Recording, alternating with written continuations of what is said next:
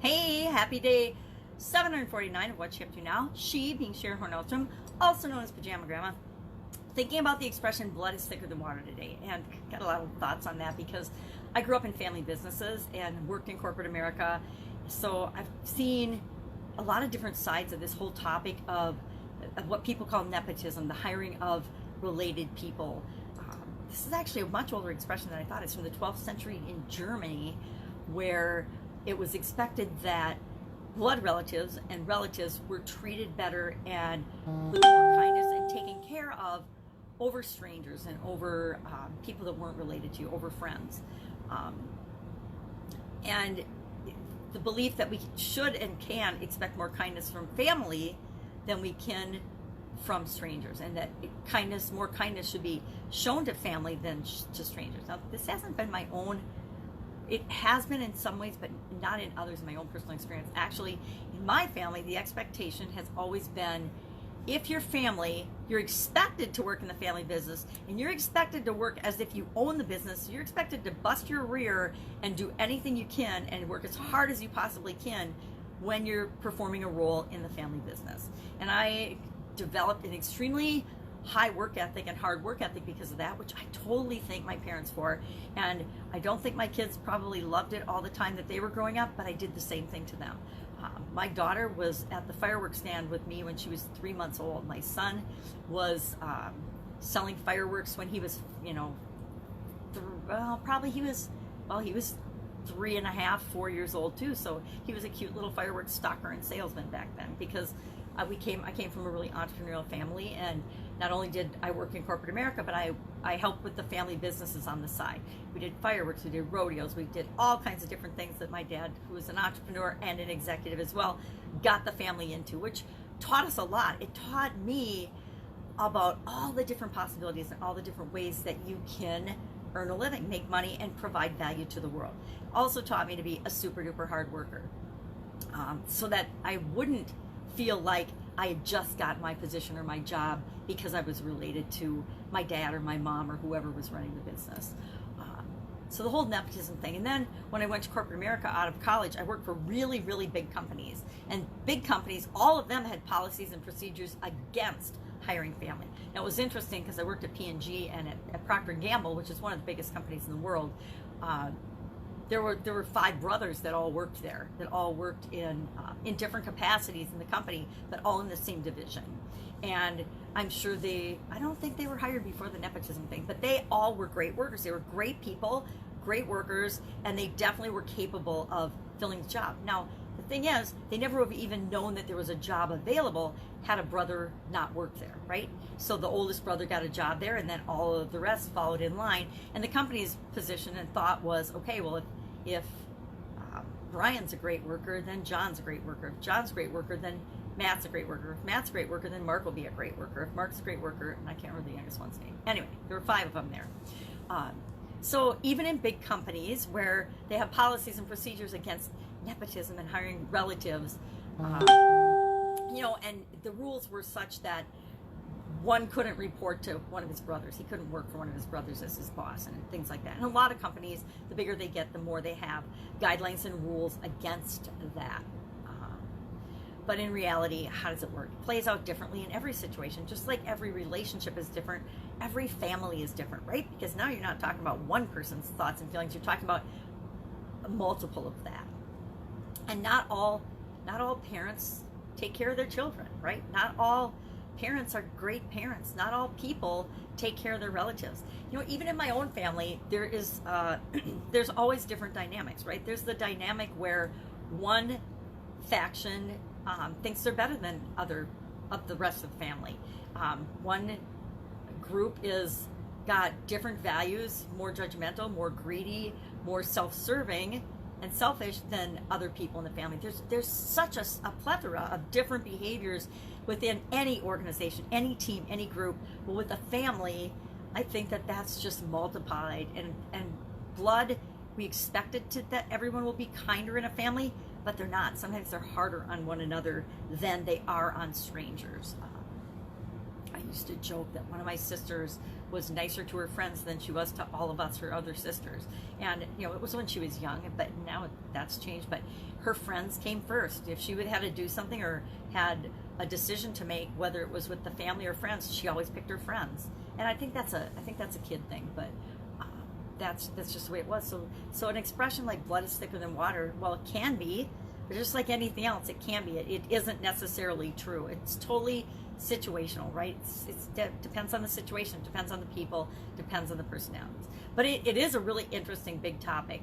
The whole family-owned businesses it's a different can of worms, and I really appreciate that I've worked in all different situations. I appreciate that I've worked in giant, you know, multinational corporations, in family businesses, in smaller, tightly held corporations and organizations, and then also had my own businesses. I think it's given me a really interesting perspective on a lot of these topics that other people might not ever even think of, but they might find themselves in a situation where they're really resentful because, you know, Bob hires his nephew to fill the marketing job that they thought they were going to move into as a promotion.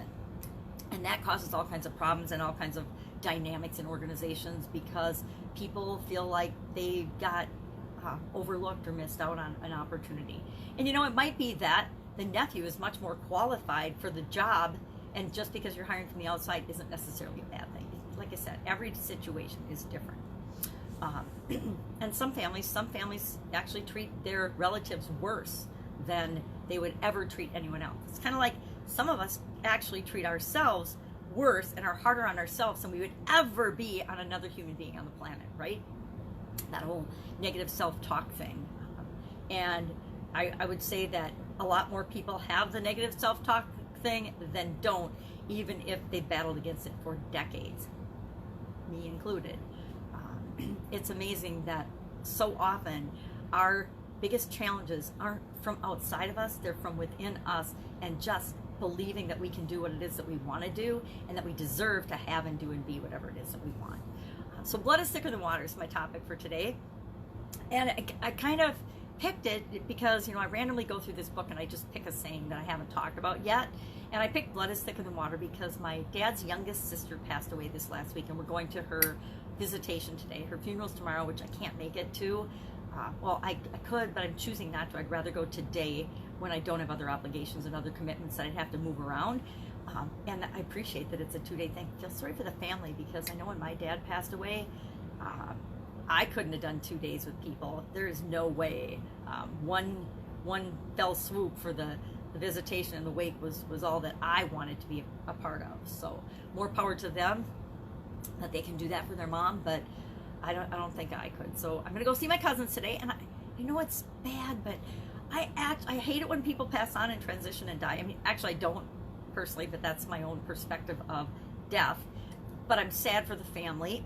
But I do appreciate the opportunity to see the kids that I grew up with that are adults now and have, you know, gone so many different ways in our lives. I appreciate the opportunity to just for a little bit of time pop in and see how my friends and family are doing, how relatives are doing that we don't otherwise see, because as we grow up and get older, even though we all spent lots of time together as kids, we've all gone our different ways and created our lives and our families and our businesses and our jobs and careers and whatever it is that we're doing.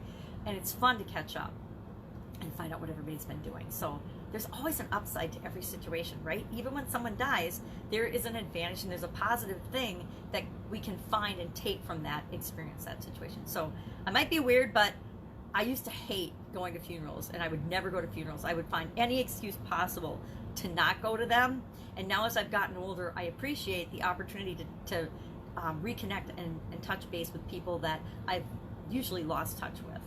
We always say we're going to have a cousins get together and a cousins gathering. Every funeral, every wedding, we say that, and then we go back to our lives. We all get super busy, and it never happens. It just doesn't happen. And so, you know, it's sad, but funerals and graduations and weddings are like, they become the only opportunity to really reconnect a lot of times with people because everyone on this planet is so freaking busy. So that's the reason I picked blood is thicker than water.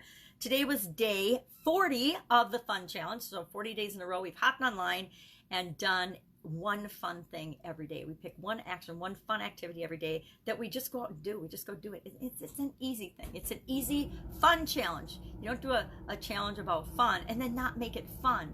So today was if you could live anywhere in the world, where would you want to live? And it's funny because I actually asked that question about 9 years ago.